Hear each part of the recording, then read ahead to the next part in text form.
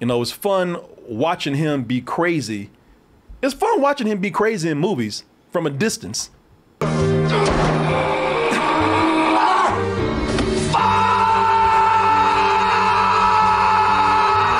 if you got to live with that shit. Was that all from Vampire's Kiss? Yeah, no, thanks, most of it, not all. But if you got to live with that shit, that will get on your nerves. If you have to have lunch with that, that's probably going to get on your nerves. And in this movie, it gets on people's nerves. The people that have to live with him, be around him, possibly have to hire him. He's up for a huge part, a game-changing role in a movie. And he that all up because he's too much Nicolas Cage.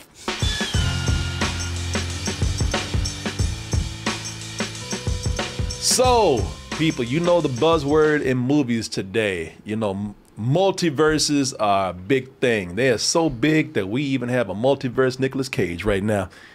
Even he has his own multiverse. And the thing is, he's kind of like our Nicolas Cage in a way, except this other universe of a Nicolas Cage right here.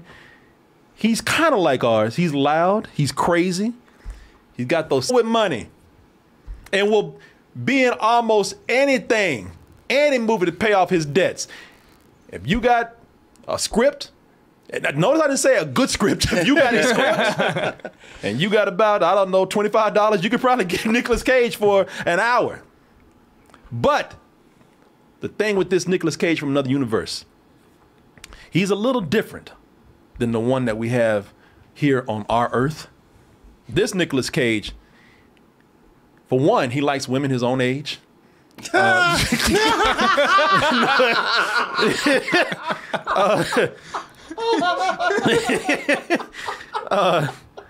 doesn't have two sons. He's got one 16-year-old daughter.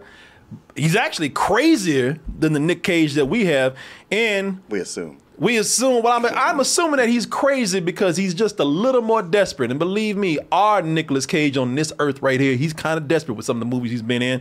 But this one is just a little crazy and a little more desperate.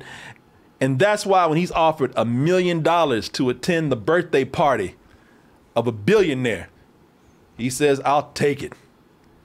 And the good thing is that this billionaire, it's a good thing that he's not only a huge fan, but he's also a really, really, really nice guy. He even got a nice guy name, Javi. It's just a story. They say that this nice guy that you see right here, Javi, the sweet little Nicolas Cage fan, he's actually a ruthless cartel leader, trafficking in illegal weapons, kidnapping young girls, young teenage girls to influence elections so that he can keep doing his cartel stuff. And since you so buddy-buddy with him, Nick Cage, guess what? You gonna be the one to take him down since he your friend. since he paid you to come to his birthday party and celebrate. And, you know, when you look at that, and they're saying, hey, you know what? Congratulations, Nick Cage. You just made it to the CIA. You just been recruited. And you know what? Doesn't sound like a bad idea. Look, criminals, man. Shit, it's hard enough taking them down on land. He took them down on Con Air. He was the only good guy on that plane. Took out a whole plane of criminals, saved the world from terrorists. This man even saved Nicolas Cage saved the world from Nicolas Cage. That's right. Wearing John Travolta's face. That's right. Until they took the face off. Oh. So maybe Nicolas Cage is just what the CIA needs. Maybe the world. We don't need Nicolas Cage just to be in movies anymore. We don't need to see him make a comeback. Maybe we need to see him save the day in real life. And that is what we have here. Oh, if it wasn't enough, man. You know, now they're making him stop cartel members and save the world and rescue governments and whatnot. How dare they ask him to do this when he's already having to suffer from the unbearable weight of massive talent? Can he do all that while carrying that burden too? Let's go ahead and take a look at this trailer right here.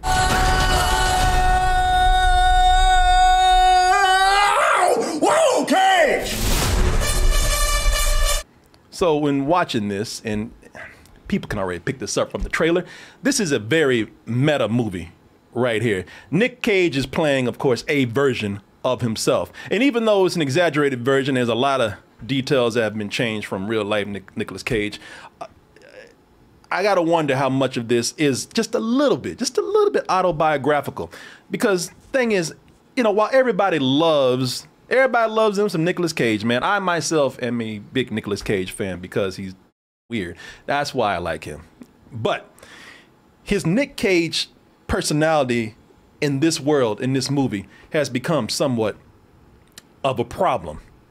You know, it's fun watching him be crazy. It's fun watching him be crazy in movies from a distance. But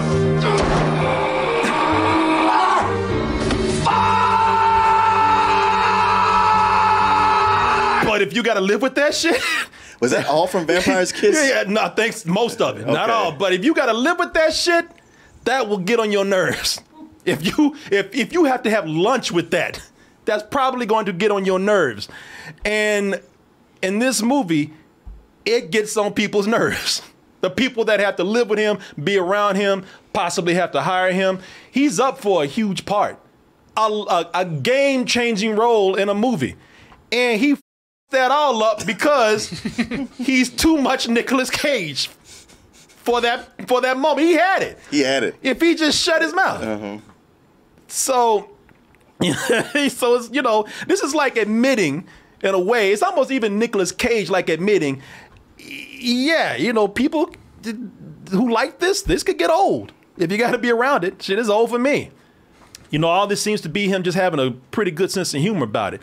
But I'm going to tell you before I pass this off to Martin, because this is important, at least for me to mention, because I think that while everybody's naturally is coming in to look at this for Nicolas Cage, I mean, after all, it is the Nicolas Cage movie. The one you really need to go see this for, I feel like the one you need to really be looking at and having fun with here is Pedro Pascal as Javi, man. To me, he's the best actor here because he's the one that had to actually transform himself to a different person the most. You know, this is Nick Cage's greatest hits, and we all are there for it if we like this movie. You know, we're here for him to like do his thing. Pure evil, you know, all that kind of stuff. Everybody wants to see that, and if you're Nicolas Cage, that's fine. A Nicolas Cage fan, that's fine. But Pedro Pascal, man, he's the one that really transforms himself into a different character from the things that we've seen him in. He's gone from these tough guy roles to what seems to be, you know, in this movie, what seems to be a really sweet guy who, despite living this lavish billionaire lifestyle, is actually in this movie. It's what makes him so adorable, man. He's really just this awkward, very socially awkward, nervous fanboy nerd. Goose, I'm sorry, but you can't quit acting. You can't. And to turn your back on that gift is to turn your back on the entire human race. Human race. He's like, God damn, even my ego's not that big. And I mean, that's considering the title of this movie. He's like, come on, man, pull back a little bit. You know, and maybe it's just Nicolas Cage is making him act weird in the movie because, again, it's kind of sweet just to see him trying to act natural around his hero in the movie. But to see, you know, because when you watch him, when he's around Nicolas Cage, he just geeks the hell out, man. He's nervous. He's trying to be cool like Nicolas Cage. You know, they're doing that thing, like trying to find the right position to be in so that he looks just as cool as he does and ends up looking just about as stupid as I do right now. You know, he's adorable, man. And I haven't seen him this vulnerable. Listen, we've seen him be some tough guys, and there have been vulnerable moments in that. You know, I haven't seen him. His eyes plucked out. Well, I was about to say, I haven't seen him this vulnerable since he had to carry a little baby Yoda around the galaxy. He started out tough. He tried. He just had that one episode of Boba Fett where he's like, oh, I missed you, baby Yoda. And we have not seen this vulnerable when he got his head crushed in Game of Thrones. Smash their head in like this. Hey, funny thing is, when we were watching Game of Thrones, we laughing now, but everybody was like that woman. The only thing that's scary about this guy, Javi, man, only thing that's weird about Javi is that Javi is too much of a super fan. Like, Javi is one of those people where he has a whole room full of Nicolas Cage memorabilia, man. And he knows more about Nicolas Cage than even Nicolas Cage knows about himself. He's like, how the f know that? That's not even a movie. That's my life. He's like, I know everything about you. I read every liner note, every press release. You know, it's you know, he's the kind of fan, like I said, he's scary because he's the kind of fan where, you know, if Nicolas Cage ruined Javi's idea of what Nicolas Cage is, he'd probably put him in a room and break his foot or something. You know? You know, there's some shit. Yeah, I know like, all of him talking about like I'm gonna quit acting. I'm like, you know, don't say that to him. Yeah, you wanna pull some misery shit right now? Nicolas Cage would never do that. Believe me, I know Nicolas Cage. Like, you never met me before. You know, but and I'm gonna show you one more clip to show you how he crosses the line. But this is how much of a weird fan he is. Because when Nicolas Cage says, you know what, I'm just not feeling it creatively right now. There's so much going on in my life, my family. I felt like I've just not been the person I need. I need to be for them. He's like, well, that's okay. Let me just kind of kidnap your family and fly them in real quick, and you can talk to them yourself. Can I just call my family quickly? Are you dying, Dad? Yes. Oh my God. Oh, come on. No, physically he is tremendous. I mean, he will probably outlive us all. Boy, he is so in love. He is so in love with Nicolas Cage, man. You know, this is Nicolas Cage is fine. Like I said, I'm a fan. Enjoyed the movie, but Javi was the one. Pedro Pascal was the one that really kind of brought me in when they were hanging out together and made me like this movie. But you know what? Let me pass it off real quick right here. Well, not to take anything away from Javi, but I like Nicolas Cage a lot in this, in as much as even though he's crazy Nicolas Cage, he's still toned down from crazy Nicolas Cage. Yes, he is. He's still he comes across more as just a very neurotic actor who has to go through all the things that you know actors do, especially if they've been famous for a long time. Unfortunately, that also means you know, a family that's sick of his shit. Yes, very much. And you know, you fall into the whole thing of like, well, you're never around, and even when you are, you're reading scripts. And he's like, no, you're right. But you wouldn't want me to compromise my vision, would you? Like, just go. It's all about, it's all about him, you. man. Yeah. All about him, his daughter. He's trying to mold his daughter to be him. Mm-hmm. Hey, you didn't like the Kevin of Dr. Caligari or whatever the way he pronounces. She's like, no, why would I want you to watch a whole 100-year-old German black and white movie with some weird shit? That's you. I know, but you're better than these other kids. You like these kind of things, right? No, I'm not. I'm the dumbest of all my other friends. She's just playing. She really did like it. But to your point, Pedro Pascal is great. I see it more like this is more the real him, and all those other tough guy roles is him really acting. I think that's why he's able to pull this off so well. Plus, from what I understand from the Q&A that they did at South by Southwest, he genuinely is a Nicolas Cage super fan.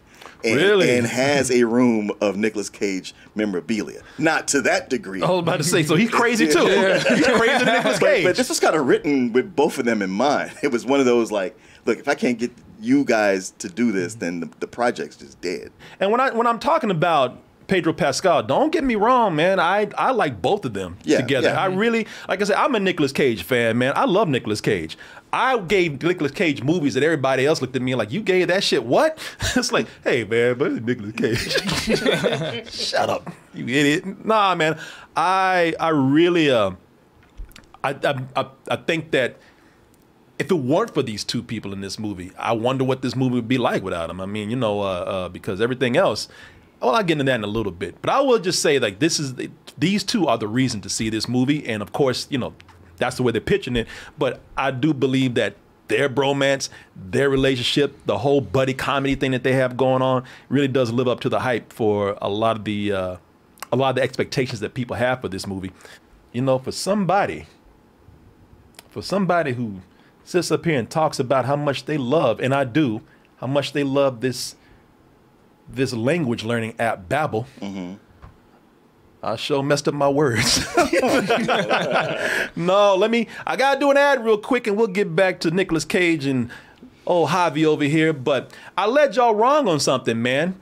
And that is when I talked about Babbel. I had a good segue for it too yesterday, boy. I had to take it out. Carlos walked right into it. I said something to Carlos. I made a joke talking about beady, beady, beady, beady. And Carlos said, "Oh, you speak my language?" I said, "Hell no, I don't speak your language. Maybe I could if I go to Babbel real quick." he was fuming. He was like, But, and I want to tell you this because it's not a bad thing. I just want to make sure that you get this because Babbel is a language learning app. You can learn several different languages on here. And I told you that I'm using the app. And I showed you yesterday how I have the app on my phone right here. I even have a lesson queued up and ready to go. Thing with Babbel is that they want me to tell you about their 15-minute lessons. And I want to let you know that I've been doing lessons on here for 5 minutes. And it's been doing just fine with me. I'm picking up a lot whenever I'm just kind of standing around waiting on something. If I got 5 minutes, if I'm sitting on the toilet or something, you know, I actually pull this up and I'm learning Turkish. And what's cool about Babbel is that, you know, they do it in the way where we all learned it when we were kids by association. You know, see, when you go to something formal like a school or something like that, people want to be treated like adults. And sometimes you need to be treated like a dumb kid when you learn a language. You know, things have to be repeated to you. Sure, repetition. They have your repetition. They got to point at visuals to let you know what is that right there, and it works. Repetition, association, and like I said, little chunks of 5 minutes. As long as I'm consistently doing it, it's working, man. I'm gonna come in here one day and show you how I'm gonna have a conversation in Turkish with my wife with the lessons that I've been doing here. And the reason why they work, besides what I just told you, the experts who put the lessons together, they're language experts. They're not put together by a computer, and they're not put together by some pre-existing program or something out there.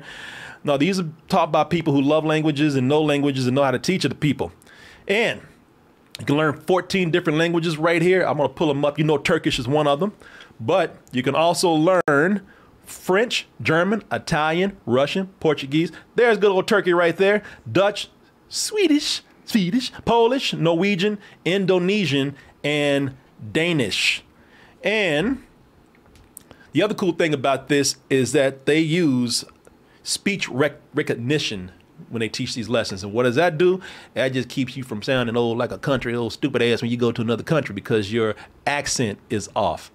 They also have podcasts that you can have here. They got games, they got videos, they take stories that you can get into and listen to pick up all of the languages here and the words. I think they might even have some classes that you can, some lessons that you can pull up. And here's the biggest thing that you need to know. As I said, don't worry about this feeling like going back to school, going back to college, sitting in class all day.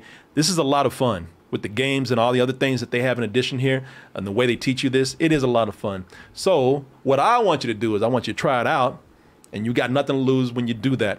In addition to a 20-day money-back guarantee, if you go to babbel.com/toasted, you can save up to 60% off your subscription. And again, I want to thank Babbel for sponsoring this portion of the show. And I want to thank all of you out there. Gracias. Gracias. Thank you out there. You're learning. That's not Turkish. I'm lying. I know. That's but if I want to learn Spanish, there you go. I can go to Babbel right here. And you know, with me, I don't want anybody to get this confused either when I'm talking about hobby the whole time. Because I'm talking about hobby, that does not mean that there's not a lot of fun Nicolas Cage moments in here. You know, they got moments in the movie where he's trying to, I mean, it's silly, man. Some of you might not be into it if you just don't like really goofy, silly things. Because they got one where his body ain't working. He got some kind of chemical in his body, and he's trying to do some covert CIA heist work, and his body just going limp. Yeah, it's stupid, but it made me laugh, man. I'm not gonna lie. And they got a whole scene where him and Javi on LSD, just running and driving from nothing, from nothing. just looking around. Ain't nothing there. They just running around and driving around. I mean, now we're getting into some like really silly Stooges type stuff, man. And I like that kind of thing because the thing is that, you know, while it's goofy, while it's silly, they're being and it does get silly and Stooges like. It's that kind of over the top kind of silly movie that, like I said, with the bad guys, it works when it's animated because it's like, it's animated characters, and when it's real people, sometimes it's like, all right, it's a bit, guys. It's fun to watch them. And everybody else who's in it seems like they were incidental. Like, look, this movie's about them, and we need somebody here. You show up and play this role, right here. You're nobody else is important in this movie. no, they are not. They could have been played by anybody. If they leave and you don't even think about them. Matter of fact, you go like, oh, what happened to that guy? Well, you're right because I'm looking at like Ike Bernthal, who. Barinholtz. Barinholtz. Like Ike Barinholtz, when he's in the movie, for the moment that he's in there, he's actually pretty funny, but it really is, it gets to a moment like, you know what, man, I like you, but why the hell are you here? And even he went, why am I here? He's nothing to do. Yeah, he really does. You know what he has, what he does in the movie is to be himself like he is in most movies. Yeah, that's the thing. He's just playing another version of Ike Barinholtz, who this time is a CIA agent. Yeah. He's like a G.I. Joe. You just put a different uniform on him, and that's what he's going to do. Exactly. Tiffany Haddish, I thought, was because I've seen Tiffany Haddish is. I don't think she's that great of a dramatic actress, and I only say that based on one movie I saw with her and Oscar Wilde. Oscar Isaac, goddammit. A long time ago. Yeah, no. Oscar Isaac is one of my absolute favorite actors, so you put anybody around who's not as seasoned, I'm going to think that they're not up to him, but you know, in this, I thought she was all right, man. She was all right. Yeah, she was. She was better in this than she was in. What was that? The Card Counter. That's the movie I'm talking about because this is a comedic role for her. Her part in it isn't even that comedic. It's bordering on dramatic. It's just kind of right there. She just had a couple of funny lines that actually really did make me laugh. Yeah, she was much better in this. I liked it. I wish I could have seen both of them more, but you're right. It just seemed like they were just kind of just accidental in the movie, you know, just thrown in because they needed somebody to bring them in. Yeah. Well, they are part of what I think is the problem for this movie. Because I think this movie starts out, the creativity goes out unless that was always present there. And this movie, I wish it had believed in itself to just make it about Pedro Pascal and Nicolas Cage, because all that stuff worked, and the trailer even showing that just a whole weekend with a guy who's a billionaire who's kind of weird. Yeah, no, see, I agree with you to a certain degree on some things. When you said everybody in this movie is not that good, or they're just kind of incidental in there. There was one other actor who I thought was very good. Well, I thought Sharon Horgan, who played the wife, I thought she was funny because she's the wife that is sick of his shit. She has so many reactions to just some of the dumb things that he does that made me laugh because they felt natural. There was so many times that he was messing up and she was like, "Oh shit," you know, come on, man. I see Sharon Horgan do that same thing so often. See, I don't see her that often. Yeah. So I liked her. I actually liked her. You know, and that's another thing. It's just I made this joke earlier, but I'm being serious. It really is weird seeing Nicolas Cage be with a woman his own age because. It makes him seem normal. I mean, he seemed his most normal in this. They make him seem, you know, being with a woman his age makes him seem normal. And you know, who was that? You know, we want weird Nicolas Cage. But I liked her. Even the daughter I kind of liked because she kept calling him out, man. This is a meta movie about movies, and critics love that. Movie hipsters love that. You know what I'm talking about, and there's nothing wrong with that. You know, that'll be enough for them to say this is an awesome movie. Because at times, the meta things that go on in this, it is clever. And as I told you, the chemistry between these two guys is great. That'll be enough to steer people over to say that this is an awesome and great and probably perfect film. But to your point, and it did happen maybe a little after halfway, because it got to that point in the movie where this became, you know, a real buddy action comedy type movie, and the action is just not that great. The action part, the whole action storyline ain't nothing special. And the funny thing about it is to show you just how much they don't care about that part of the movie. Nicolas Cage gets out of all that shit easily. Super easy. Barely an inconvenience. By the power of Nicolas Cage, he's able to get out of these situations. So they just... He gets stabbed and later, and by later I mean 2 seconds later, it's like, oh, did he? He running. You forget all about it. Yeah. Well, he got those Nicolas Cage powers, man. I told you about it. He got that crazy adrenaline. he's got the power of crazy. Yeah, right. Yeah, it is... And I'm not, and to me, I think that it seemed like, I know that this is not the main part of the movie. The main part of the movie is the comedy. It is these two guys right here. But I felt like they could have put just a little bit more into that. Because I'm going to tell you that some of the action parts in here, they got a car chase. They got a car chase in this that is just edited bad.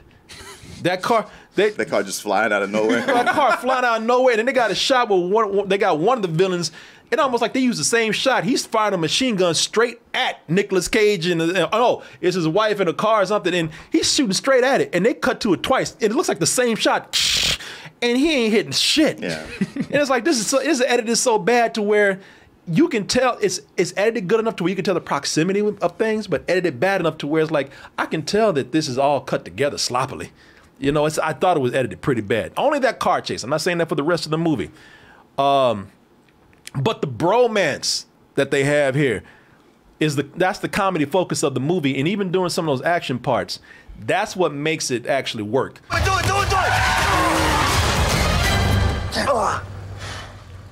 Don't worry, he's totally passed out. Nah, I'm good. I'm all right. I'll do something like that, and sometimes I'll get a big laugh, and sometimes it'll just make me smile. And I'll just like, all right, you know what? You said something funny. You got me through it. The focus is the comedy. And also, Nicolas Cage. We talk about how meta this is. Nicolas Cage, with all the meta stuff in here, that stuff actually works for me. Because the meta is more of a laugh at yourself kind of thing.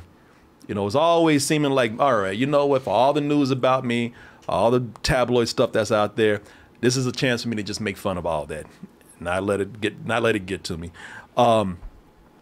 Also, in this, I don't know how you guys felt about this, and you saw this in the trailer. I was actually going to not say anything about this because I thought that they were going to try to keep this secret. But I won't tell you what it. I won't tell you how it works into the movie. But you see some flashbacks or something going on with a younger Nicolas Cage.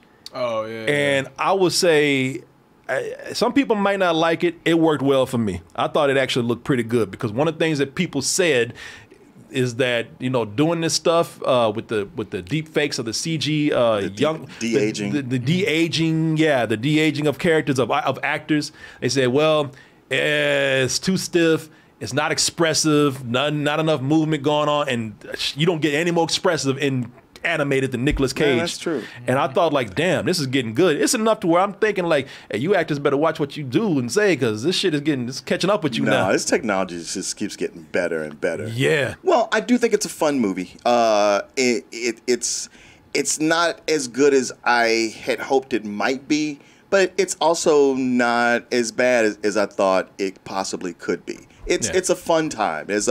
I got a lot more laughs in the beginning, and they were genuine laughs, and then more chuckles as it went along, and then maybe smiles by the end. I would give this a very high rental. I think watching it at home is the best way to see this. I really did enjoy him and Pedro Pascal together, man. I haven't seen it in the theater. I don't regret going. It was a good time for me. Look, if you like Nicolas Cage and you love hipster movies about movies, then you're gonna love this because that's just the way you are. You know how it is. But if you don't fit in that category, I still think it's silly enough. Because when sometimes you see these meta movies, man, they try to be smarter than probably what they actually are. They try to come across too smart. They want to be, intellectual and whatnot. Look at us. We know movies. We know movie history. We know references. And this doesn't do. It's not. It is not like let's talk about Hollywood. Let's make a bunch of references that the average person doesn't know. No, this is almost bordering on slapstick. And I think that this is that meta movie that general audiences can go into and still like a lot, because the emphasis is on the buddy action comedy, where the further emphasis is on the buddies in the movie.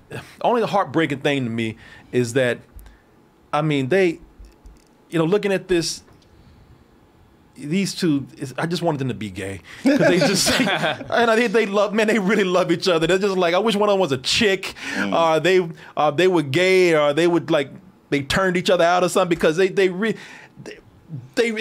ready to take it to another level in this movie. And that was one of the biggest things that came through to me. I was like, damn, their chemistry is so strong that if they made out, I'd be like, this is natural. You know, this was the next level they need to go to. For me, it's kind of not really I'll say the opposite of you, but it does. When you say it's a high rental, it is a way step higher, where it's a high matinee for me. So this movie has me on two different sides. Like on one side, I'm like Pedro Pascal and Nicolas Cage together. The chemistry together they had was just so good. And there's a lot of funny moments, and there's a lot of comedic moments. But at the same time, with those comedic moments, they're also tied into Nicolas Cage, like you knowing who exactly Nicolas Cage is and the stuff in the projects he's done. Tiffany Haddish, I did not like her in the movie at all. I did not like. I thought her acting was so bad. I thought her line delivery was so bad. She bothered me throughout the film, and she's a beautiful black queen, but her in this film just bothered the hell out of me. But if I had to give it a rating, and first thing I'm gonna say, or another thing I'm gonna say is the first act of this movie to me was just so slow. You know, I was just like, geez, pick up the goddamn pace. Like there is something that happens in the beginning, the first freaking 2 minutes of the movie, and I forgot it even happened. You know, so I gotta give it some rental. It's just a straight up rental. Like I don't know, I didn't like it that much. That's actually fair, man. You know, if you don't know, if you come in and say you don't know a lot about his movies and whatnot, actually that's an interesting perspective to have, because, you know, while I say that a lot of mainstream audiences could come in here, but really it does rely on a lot of Nicolas Cage references. Yeah, film, like a lot of jokes are tied into those references in this project. So yeah, so I mean, if you say that, I totally understand where you're coming from. And you think about it, like when we were coming up, he was in a lot of big mainstream movies. Yeah, it's been a while. Yeah, no, it has been. But I always think, like, you know, even though it's been a while since he's been the Nicolas Cage that he was, which in the movie he acknowledges. He's like, yeah, I'm not that Nicolas Cage anymore. I am the guy that does anything. But that's the point. I think that younger people know him like, damn, it's that dude that does every goddamn thing. Yeah, out there. So, but I get where you're coming from, man. You know, you know what? It is one of those movies where there's a lot of different angles to come from. So depending on where you're standing or where you're coming from with this movie, it can be taken a lot of ways. Yeah. Which you got a lot of those things here in the movie. And one of the things, like I say, I agree with you very much on is, like, I do think the second half is weaker than the first. I do think that as much. But like I said, I did enjoy it. What's up? Hey everyone, support our Patreon, which helps us to continue bringing you our live streams, videos, and podcasts while bringing you new content such as exclusive live streams and animated shorts.